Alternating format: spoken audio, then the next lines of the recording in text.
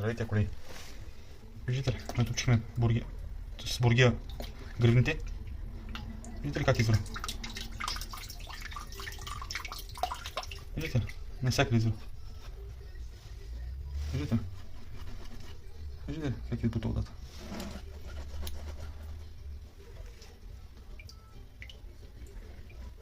За какво става?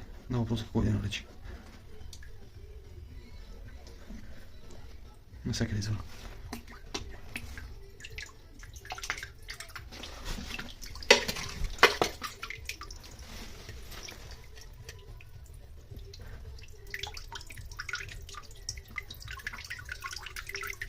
Много добър дома. Тюрка?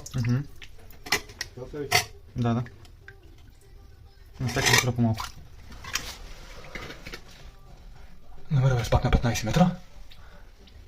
Нещо страхотно. Кладенца беше заточен. Само искам да заповядам. До тук. 50 санта беше заточен кладенца.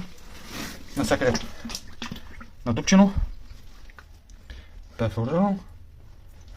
И човека е доволен. Но оцелихме дамара, както трябва. Кладенца пак нямаше вода. Имаше 50 санта вода. И така. С малко ще ви покажа куха, който изкарам. Може да се.